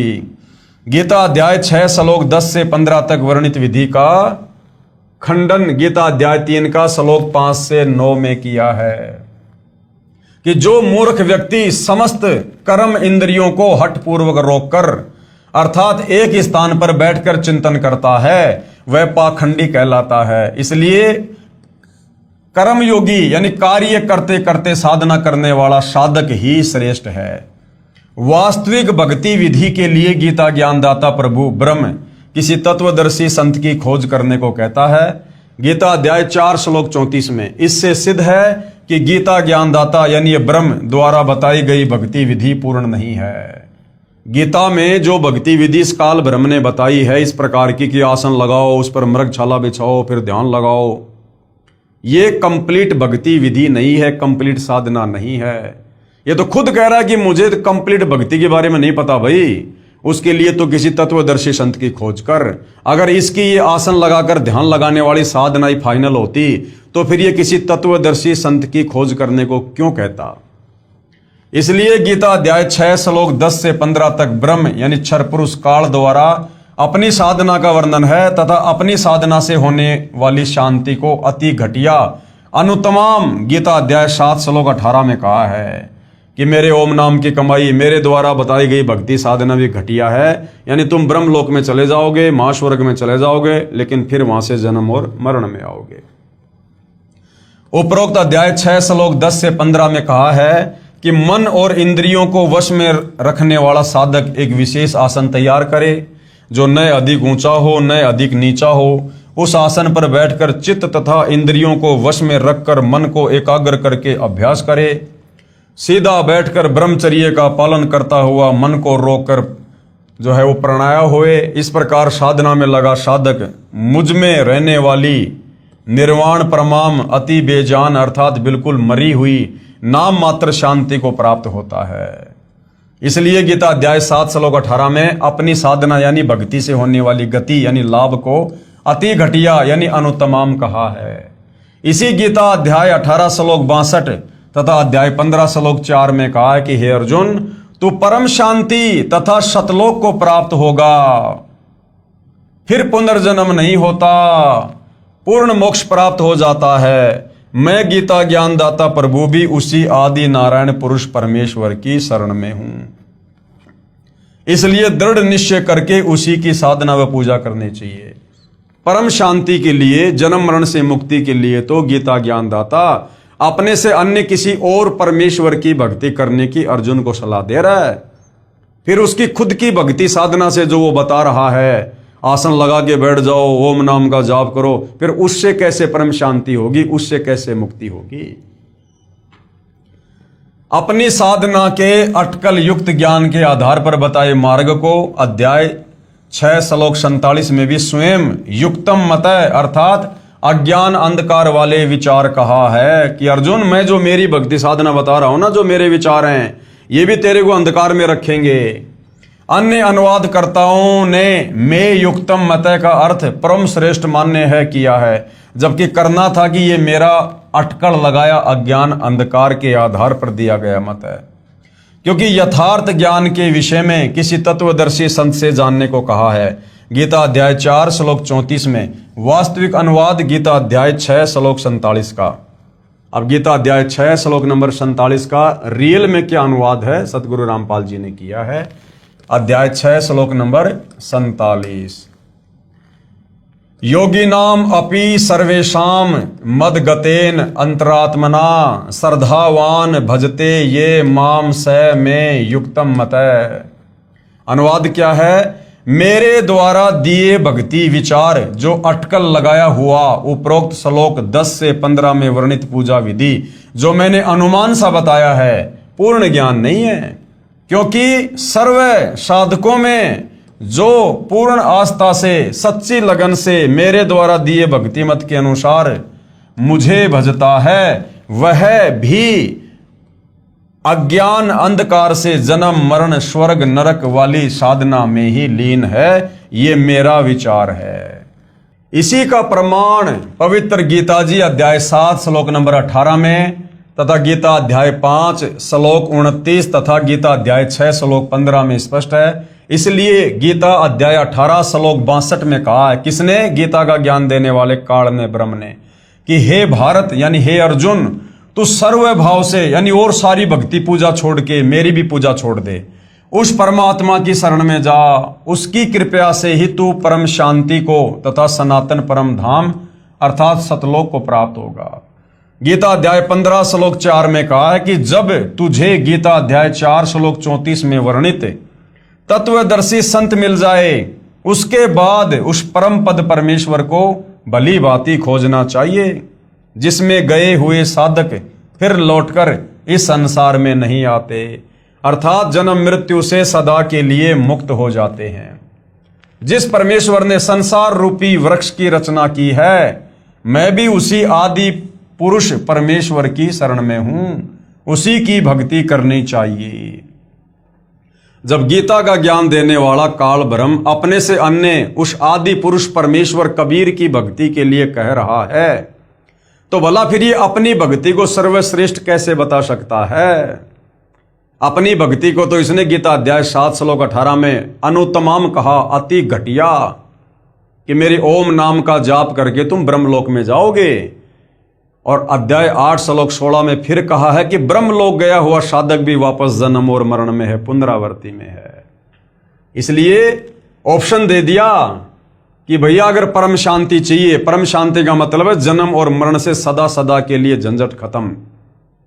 उसके लिए तो किसी तत्वदर्शी संत की खोज कर, गीता अध्याय 4 श्लोक 34 में कह रहा है।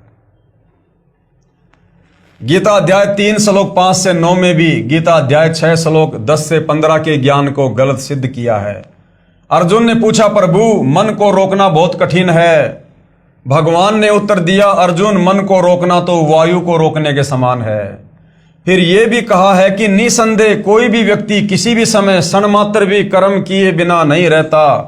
जो महापुरुष मनुष्य समस्त कर्म इंद्रियों को हठपूर्वक ऊपर से रोककर मन से कुछ न कुछ सोचता रहता है, इसलिए एक स्थान पर हठयोग करके न बैठकर सांसारिक कार्य करते करते कर्म योग साधना करना ही श्रेष्ठ है। ये दोगला ज्ञान दे रहा है, दो प्रकार का ज्ञान दे रहा है गीता ज्ञान दाता। एक तरफ तो कहता है कि तू आसन लगा के बैठ जा, इंद्रियों को रोक ले, चिंतन कर, ध्यान लगा, और फिर कह रहा है कि मन को रोकना तो वायु को रोकने के समान है, और कह रहा अर्जुन तू युद्ध भी कर और मेरी भक्ति भी कर। तो ये दोगला ज्ञान दे रहा है गीता ज्ञान दाता, दोगला ज्ञान। कर्म न करने अर्थात हठ योग से एक स्थान पर बैठकर साधना करने की अपेक्षा कर्म करते करते साधना श्रेष्ठ है। एक स्थान पर बैठकर साधना करने से तेरा जीवन निर्वाह कैसे होगा? उधर तो कह रहा है कि तू मृगछाला बिछा, आसन ना ऊंचा हो ना नीचा हो, फिर ध्यान लगा। और यहां क्या कह रहा है, अगर तू कर्म नहीं करेगा तो तेरा जीवन निर्वाह कैसे होगा, तेरा पेट पोषण कैसे होगा, इसलिए तू कर्म भी कर और मेरी भक्ति भी कर। तो ये दोगला सा ज्ञान ये गीता ज्ञान दाता अर्जुन को दे रहा है भक्ति से भ्रमित करने के लिए। शास्त्र विधि त्याग कर साधना हठ योग एक आसन पर बैठकर करने से कर्म बंधन का कारण है। दूसरा, जो शास्त्र अनुकूल कर्म करते करते साधना करना ही श्रेष्ठ है, इसलिए सांसारिक कार्य करता हुआ साधना कर।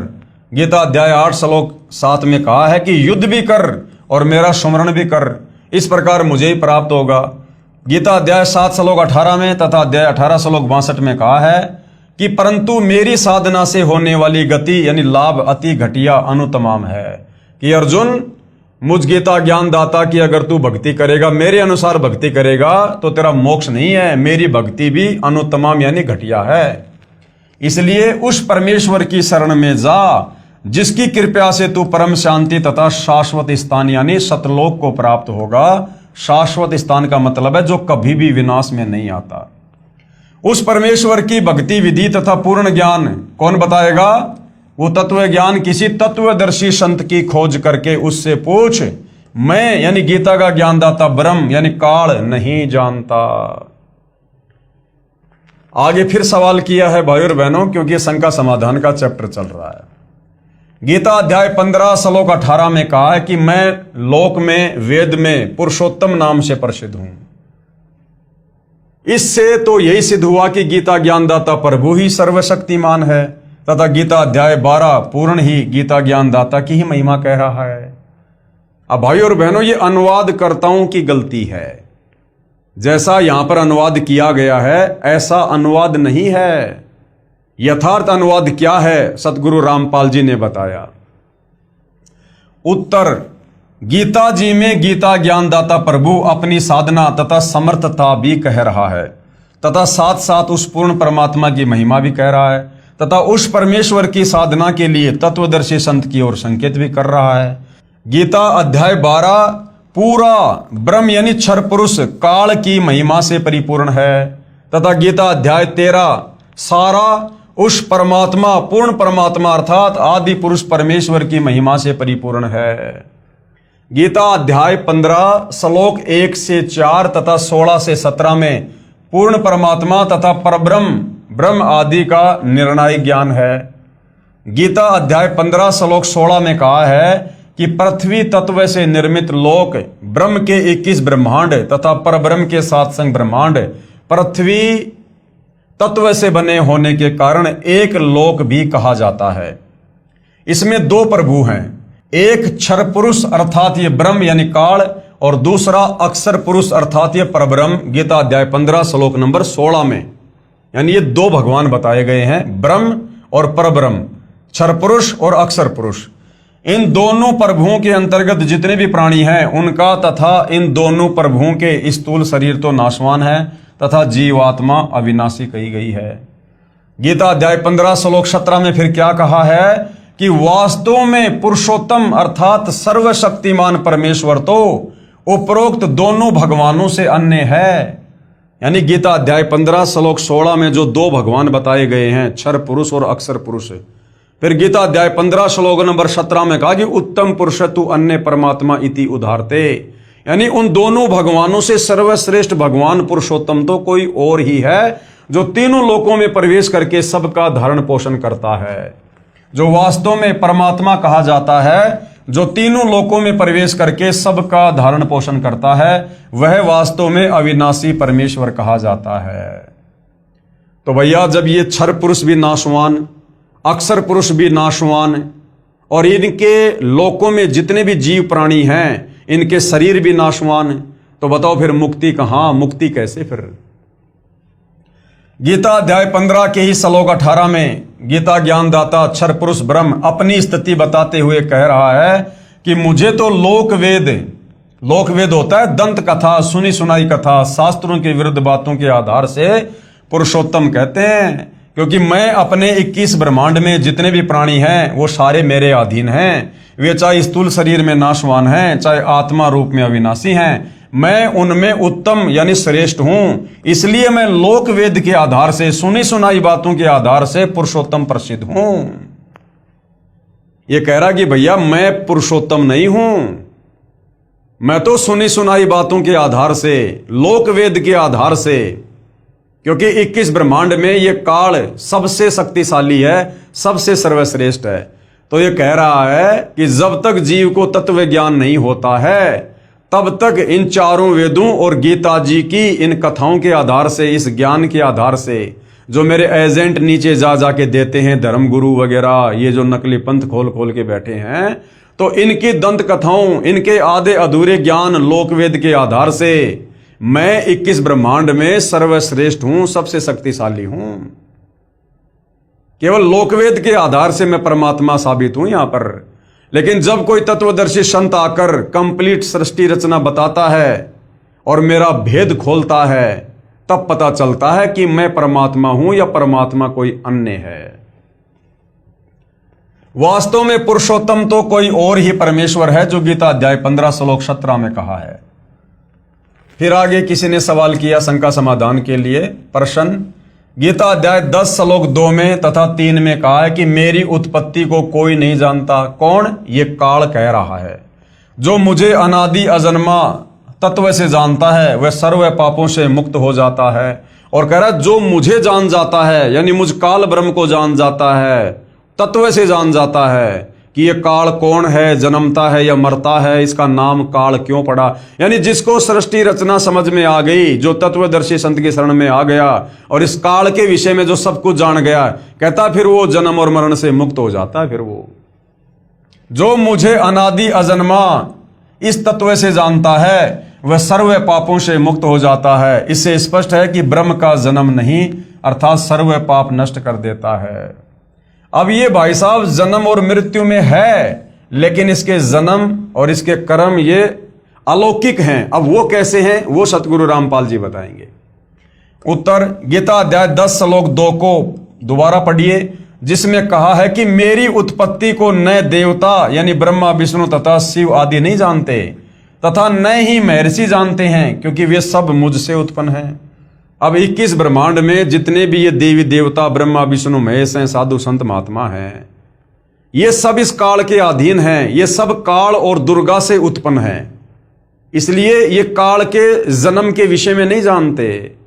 अब बेटा कभी भी अपने बाप की डेट ऑफ बर्थ नहीं बता सकता, वो तो दादा बताएगा, दादा। तो इस काल के विषय में, काल के अधीन जितनी भी शक्तियां हैं, ब्रह्मा विष्णु महेश, देवी देवता, साधु संत ऋषि, ये नहीं बता सकते इसके जन्म और मरण के बारे में।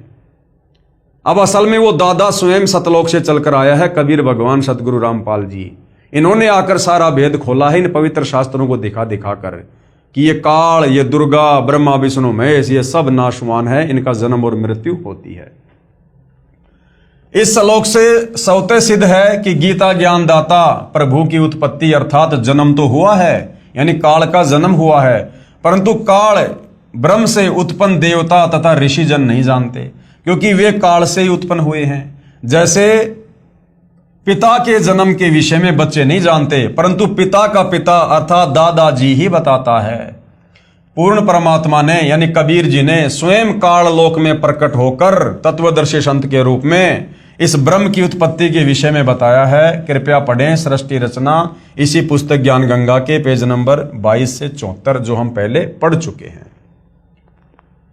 गीता जी अध्याय 10 श्लोक 3 का अनुवाद गलत किया है। जैसे गीता अध्याय 2 श्लोक 12 तथा अध्याय 4 श्लोक 5 में अपने आप को नाशवान तथा जन्म मृत्यु को बार बार प्राप्त होने वाला कह रहा है। कौन? गीता ज्ञानदाता काल ब्रह्म। तथा अध्याय 2 श्लोक 17 तथा अध्याय 8 श्लोक 3, 8 से 10 तथा 20 व अध्याय 15 श्लोक 4, 16, 17 में अपने से अन्य किसी अन्य अविनाशी यानी जो कभी नहीं मरता, अपने से अन्य अविनाशी अनादि परमात्मा के विषय में कहा है कि अर्जुन तेरे और मेरे बहुत जन्म हो चुके हैं, आगे भी होंगे, तू नहीं जानता मैं जानता हूं। तो गीता अध्याय 2 श्लोक 12, अध्याय 4 श्लोक 5 और 9 में ये काल ब्रह्म गीता ज्ञानदाता अपनी जन्म और मृत्यु स्वीकार कर रहा है। इसलिए गीता अध्याय 10 श्लोक 3 में कहा है कि जो मनुष्यों में विद्वान अर्थात तत्वदर्शी संत मुझे तथा उस अनादि वास्तव में जन्म रहित सर्व लोकों के महेश्वर अर्थात परमेश्वर को तत्व से जानता है, वह तत्वदर्शी संत सत ज्ञान उच्चारण करता है, जिससे सत साधना करके पाप से मुक्त हो जाता है। इसी का प्रमाण गीता अध्याय 4 श्लोक 34 में भी है। अध्याय 10 श्लोक 2, न मे विदु सुरगणा परभवम न महर्षे अहम आदि ही देवानाम महर्षिणाम च सर्वस्व। अनुवाद क्या है? मेरी उत्पत्ति को कौन कह रहा है? गीता ज्ञानदाता काल ब्रह्म कि मेरी उत्पत्ति को यानी मेरे जन्म को न देवता लोग जानते हैं, क्योंकि देवता भी काल और दुर्गा से उत्पन्न हुए हैं, और न ये महर्षि जन ही जानते हैं। ये महर्षि साधु संत महात्मा गोरखनाथ जैसे, मनु जैसे, ये भी काल और दुर्गा से उत्पन्न हुए हैं, क्योंकि मैं सब प्रकार से देवताओं का और महर्षियों का भी आदि अर्थात उत्पत्ति का कारण हूं। तो बाप की जन्म तिथि को बेटा या बेटी नहीं बता सकते, दादा बता सकता है कि तेरे बाप का जन्म कब हुआ था। तो वो दादा सारी सृष्टि का मालिक कबीर भगवान है, और उस कबीर भगवान ने चारों युगों में आके बताया, और आज वर्तमान में सतगुरु रामपाल जी के नाम से आकर सन 1994 से इन्हीं शास्त्रों को दिखा दिखा के बता रहे हैं कि ये काल, ये जन्मता है, ये मरता है, और ये अविनाशी नहीं है, और इसकी साधना से मुक्ति नहीं है। अध्याय 10 श्लोक 3, ये माम अजम अनादिम च वेति लोक महेश्वरम असम्मुड स मृत्युषु सर्व पापे परमुच्यते। अनुवाद किया गुरुदेव ने, जो विद्वान व्यक्ति मुझको तथा सदा रहने वाले अर्थात पुरातन जन्म न लेने वाले सर्व लोकों के महान ईश्वर अर्थात सर्वोच्च परमेश्वर को यानी कबीर जी को जानता है, वह शास्त्रों को सही जानने वाला अर्थात वेदों के अनुसार ज्ञान रखने वाला अर्थात तत्वदर्शी विद्वान संपूर्ण पापों को विस्तृत वर्णन के साथ कहता है, अर्थात वही सृष्टि ज्ञान व कर्मों का सही वर्णन करता है, अर्थात अज्ञान से पूर्ण रूप से मुक्त कर देता है, जिस कारण तत्वदर्शी संत द्वारा बताई गई वास्तविक साधना के आधार पर भक्ति करने वाले के सर्व पाप नष्ट हो जाते हैं। तो भाई और बहनों, कितना बढ़िया निर्णायक ज्ञान इस पवित्र ग्रंथ गीता जी में दिया हुआ है, लेकिन हमारे नादान धर्म गुरु तत्व ज्ञान के अभाव से इस सदग्रंथ को नहीं समझ पाए। अब गीता ज्ञान दाता ये ब्रह्म काल की उत्पत्ति का संकेत है। अध्याय 10 के श्लोक 2 में कहा है कि अर्जुन, मेरी उत्पत्ति अर्थात जन्म को न तो देवता जानते हैं और न ही महर्षि जन जानते हैं, क्योंकि ये सब मेरे से पैदा हुए हैं। इससे स्वयं सिद्ध है कि ब्रह्म अर्थात काल की उत्पत्ति तो हुई है, परंतु देवता व ऋषि नहीं जानते। जैसे पिताजी की उत्पत्ति को बच्चे नहीं बता सकते, परंतु दादाजी जानता है। इसी प्रकार 21 ब्रह्मांड में सर्वदेव ऋषि आदि ज्योति निरंजन यानी काल ब्रह्म यानी और ये प्रकृति दुर्गा के संयोग से उत्पन्न हुए हैं।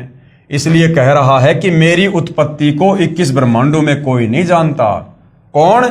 जो इसके 21 ब्रह्मांडों में इसके अधीन हैं, ब्रह्मा विष्णु महेश से लेकर देवी देवता।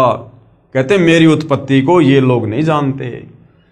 क्योंकि ब्रह्म यानी काल की उत्पत्ति परम अक्षर ब्रह्म यानी पूर्ण ब्रह्म से हुई है। कबीर परमात्मा ने सतलोक में अंडे से इस ज्योति निरंजन काल की उत्पत्ति की है, जिसका गीता जी के अध्याय 3 के श्लोक 14 और 15 में ब्रह्म की उत्पत्ति यानी काल की उत्पत्ति का प्रत्यक्ष प्रमाण है। अध्याय 10 के श्लोक 3 जो तत्वदर्शी अर्थात विद्वान व्यक्ति मुझे तथा कभी न जन्म लेने वाले सर्वलोकों के महेश्वर अर्थात अविनाशी परमात्मा को जानता है, वह चारों वेदों ऋग्वेद, सामवेद, यजुर्वेद तथा अर्थर्वेद को जानता है। क्या कह रहा गीता ज्ञानदाता काल कि जो मेरी उत्पत्ति को जानता है और सर्व सृष्टि के रचनहार उस अनादि अविनाशी कबीर भगवान को जानता है, वो तत्वदर्शी संत है, वो विद्वान है और वो चारों वेदों के निष्कर्ष को जानता है, वह तत्वदर्शी संत है। तो भाई और बहनों, परमात्मा को जानने वाला तो परमात्मा ही होता है। परमात्मा को कोई जीव नहीं जान सकता। इस काल के 21 ब्रह्मांड से हमारी मुक्ति करवाने के लिए परमेश्वर तत्वदर्शी संत के रूप में आकर केवल अपनी आंशिक जानकारी दे रहे हैं हमें, आंशिक जानकारी। अन्यथा उनकी महिमा के विषय में तो साफ साफ लिखा है, 7 समुद्र की मसी करूं, लेखनी करूं बन राय, सब धरती का कागज करूं पर गुरु गुण लिखा न जाए। क्योंकि कबीर परमात्मा गुरु रूप में आकर ही हमें सृष्टि रचना बताते हैं। तो जो उस आदि अनादि कबीर परमेश्वर के विषय में जानता है, कहते हैं वो तत्वदर्शी संत है। तो उस परमेश्वर के विषय में तो परमेश्वर के अलावा दूसरा कोई नहीं जानता, अर्थात तत्वदर्शी संत स्वयं कबीर भगवान ही होता है। उसके द्वारा बताए भक्ति मार्ग से साधना करने से सर्व पाप नष्ट हो जाते हैं। गीता जी के अध्याय 15 के श्लोक 16, 17, 18 में वर्णन है कि पूर्ण परमात्मा अविनाशी तो अन्य ही है, जो तीनों लोकों में प्रवेश करके सबका धारण पोषण करता है। खुद ये काल कह रहा है, मुझ काल को तो केवल इसलिए पुरुषोत्तम कहते हैं, यानी भगवानों का भगवान कहते हैं, क्योंकि मैं 21 ब्रह्मांडों में मेरे अधीन स्थूल शरीर में नाशवान प्राणियों तथा अविनाशी जीवात्मा से उत्पन्न हूं।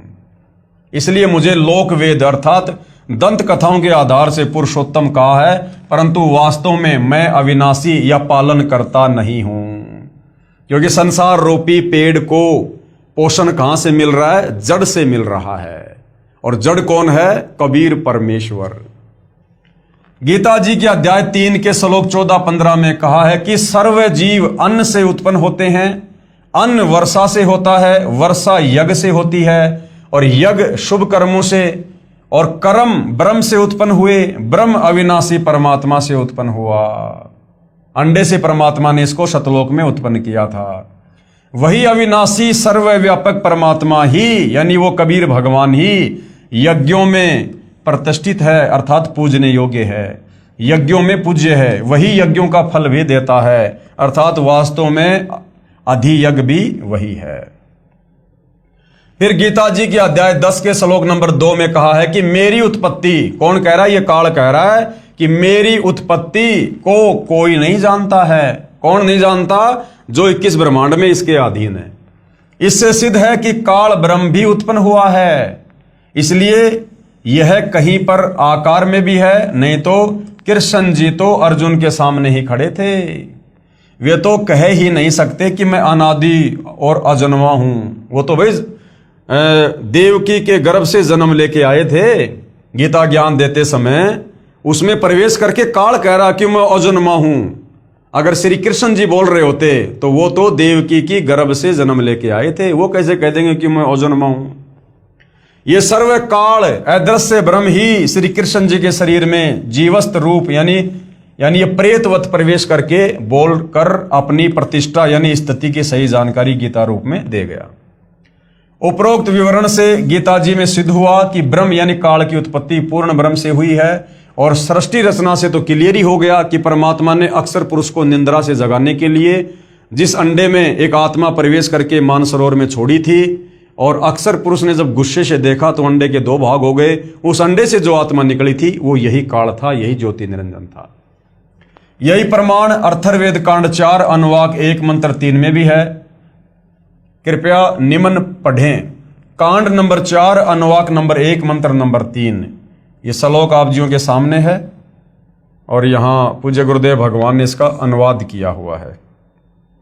भावार्थ है, पूर्ण परमात्मा यानी कबीर देव अपने द्वारा रची सृष्टि का ज्ञान तथा सर्व आत्माओं की उत्पत्ति का ज्ञान अपने निजी दास को स्वयं ही सही बताता है कि पूर्ण परमात्मा ने अपने मध्य अर्थात अपने शरीर से अपनी शब्द शक्ति के द्वारा ब्रह्म यानी क्षर पुरुष यानी काल की उत्पत्ति की तथा सर्व ब्रह्मांडों को ऊपर शतलोक, अलखलोक, अगमलोक, अनामी लोक आदि तथा नीचे परब्रह्म के सात संग ब्रह्मांड तथा ब्रह्म के 21 ब्रह्मांडों को अपनी धारणा करने वाली आकर्षण शक्ति से ठहराया हुआ है।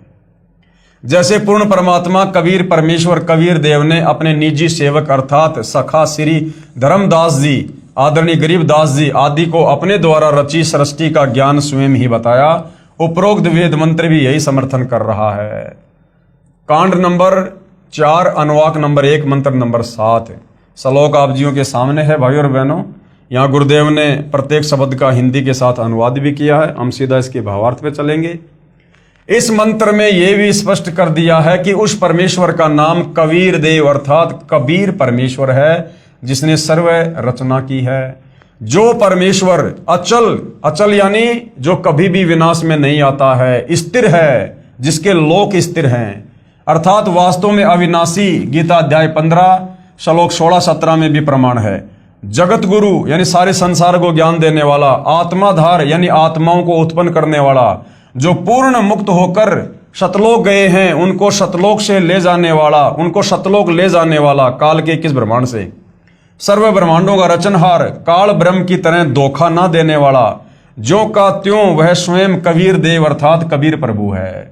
यही परमेश्वर सर्व ब्रह्मांडों व प्राणियों को अपनी शब्द शक्ति से उत्पन्न करने के कारण जनिता यानी माता भी कहलाता है, क्योंकि हम सभी आत्मा कबीर परमेश्वर के वचन से उनके शरीर से उत्पन्न हुई हैं। तथा पितरम यानी पिता तथा बंधु भाई भी वास्तव में यही है, तथा देव यानी परमेश्वर भी यही है। इसलिए इसी कबीर देव अर्थात कबीर परमेश्वर की स्तुति किया करते हैं। तमेव माता च पिता तमेव, तमेव बंधु च सखा तमेव, तमेव सर्व मम देव देव। इसी परमेश्वर की महिमा का पवित्र ऋग्वेद मंडल 9 सूक्त 1 मंत्र 24 में विस्तृत विवरण है। आगे फिर सवाल किया है सदगुरु रामपाल जी से, वेदों में कबीर अर्थात कबीर नाम का विवरण कैसे आया? वेद तो सृष्टि के प्रारंभ में प्राप्त हुए थे, यानी काल की 21 ब्रह्मांड की सृष्टि जब शुरू हुई उस समय समुद्र मंथन के दौरान ब्रह्मा जी को वेद प्राप्त हुए थे। तो वेदों में उस कबीर जी का जिक्र कहां से आया? कबीर देव अर्थात कबीर परमेश्वर तो सन 1398 में उत्पन्न हुए हैं कि तुम्हारे कबीर जी तो 650 साल पहले बनारस के काशी में आए थे वो तो, और वेद लिखे गए हैं इस सृष्टि की शुरुआत में लाखों साल पहले। तो कबीर जी का इन वेदों में जिक्र कैसे आ गया? इसके लिए भाइयों और बहनों, सृष्टि रचना को समझे बिना कुछ भी समझ में नहीं आएगा, कुछ भी। इसलिए गुरुदेव भगवान बार बार कहते हैं कि अगर अध्यात्म को समझना है, भक्ति मार्ग को समझना है, तो सृष्टि रचना भक्ति मार्ग की नींव है, मूल है। इस सृष्टि रचना से समझ में आएगा कि इन वेदों में कबीर भगवान का नाम कैसे आया। ये कबीर भगवान केवल 650 साल पहले नहीं, ये द्वापर में भी आया, त्रेता युग में भी आया, सतयुग में भी आया, और ना जाने कितनी बार परमात्मा यहां पर आ जाते हैं क्षण भर में, शतलोक से चल के गति करके। वो समर्थ भगवान है। तो ये सारा का सारा माजरा सृष्टि रचना को सुनेंगे, समझेंगे, तब समझ में आएगा। गुरुदेव उत्तर दे रहे हैं, पूर्ण परमात्मा का वास्तविक नाम कबीर देव है तथा उपमात्मक नाम सत्य पुरुष, परम अक्षर ब्रह्म, पूर्ण ब्रह्म आदि है। जैसे देश के प्रधानमंत्री जी का शरीर का नाम कुछ और होता है तथा प्रधानमंत्री, प्राइम मिनिस्टर आदि उसके पद के नाम है, यही पूर्ण परमात्मा कबीर देव नामांतरण करके चारों युगों में आए हैं तथा सृष्टि व वेदों की रचना से पूर्व भी अनामी अनामे लोक में मानव सदृश शरीर में कबीर देव नाम से विद्यमान थे। वही कबीर देव फिर सतलोक की रचना करके सतलोक में विराजमान हो गए। तत्पश्चात परब्रह्म तथा ब्रह्म के सर्वलोकों व वेदों की रचना की, इसलिए वेदों में कबीर देव का विवरण है। और ये वेद फिर बाद में काल को 21 ब्रह्मांड देकर सतलोक से निष्कासित करके फिर इस काल के अंतःकरण में परमात्मा ने डाल दिए, जो समय आने पर ऑटोमेटिक बाहर आए परमेश्वर की वचन शक्ति से। जिस प्रकार मां के गर्भ से बच्चा 10वें महीने बाहर आएगा ही आएगा, कोई नहीं रोक सकता। इसी प्रकार परमात्मा ने इस काल के अंतःकरण में जो ये वेदों वाला ज्ञान डाल दिया था और जो समय निर्धारित कर दिया था, उस समय पर ये वेद बाहर आने ही आने थे। तो समुद्र मंथन के माध्यम से फिर काल में आगे ये वेद अपने बड़े बेटे ब्रह्मा जी को दिए। तो कबीर परमेश्वर जी सारी सृष्टि के मालिक का वास्तविक नाम है कबीर देव, कबीर परमात्मा। और 650 साल पहले बनारस के काशी में परमात्मा केवल अपने वैदिक, अपने ओरिजिनल नाम से आए। इससे पहले तो परमात्मा ना जाने कितने नामों से कितनी बार इस पृथ्वी पर आते रहते हैं, जाते रहते हैं। तो भाइयों और बहनों, ये आध्यात्मिक ज्ञान है। आज से पहले हमें कोई समझाने वाला नहीं था, कोई बताने वाला नहीं था। किसी ने इस प्रकार धर्मशास्त्रों से निर्णय करके आप और हमें बताया नहीं, समझाया नहीं। आप और हमारे अंदर सदियों से अज्ञान ठोक ठोक कर भरा हुआ है, जिस कारण से अब विश्वास करना थोड़ा सा मुश्किल सा हो रहा है। लेकिन इन सर्व धर्मशास्त्रों से प्रमाण देखकर और जो सृष्टि रचना सतगुरु रामपाल जी ने बताई 5वें वेद सूक्ष्म वेद से, कबीर वाणी से, उस सृष्टि रचना का समर्थन हमारे सभी धर्मों के सभी सदग्रंथ दे रहे हैं। भला फिर शंका करने की क्या जगह रह जाएगी। तो थोड़ा सा धैर्य से रुचि लेकर सतगुरु रामपाल जी के सत्संग सुनते रहोगे, उनके द्वारा लिखी पुस्तकें पढ़ते रहोगे, तो धीरे धीरे आप जियों को सब कुछ समझ में आ जाएगा। क्योंकि ये सत्य ज्ञान है और सत्य ज्ञान को समझने में थोड़ा समय जरूर लगता है, लेकिन समझ में आने के बाद फिर हमें इस ज्ञान से कोई डगमग नहीं कर सकता। तो भाइयों और बहनों, आज के इस पवित्र पुस्तक ज्ञान गंगा पर बन रहे वीडियो में केवल इतना ही। कल के वीडियो में परमेश्वर जी के आशीर्वाद से हम जानेंगे कि कबीर साहिब द्वारा विभीषण तथा मंदोदरी को शरण में लेना।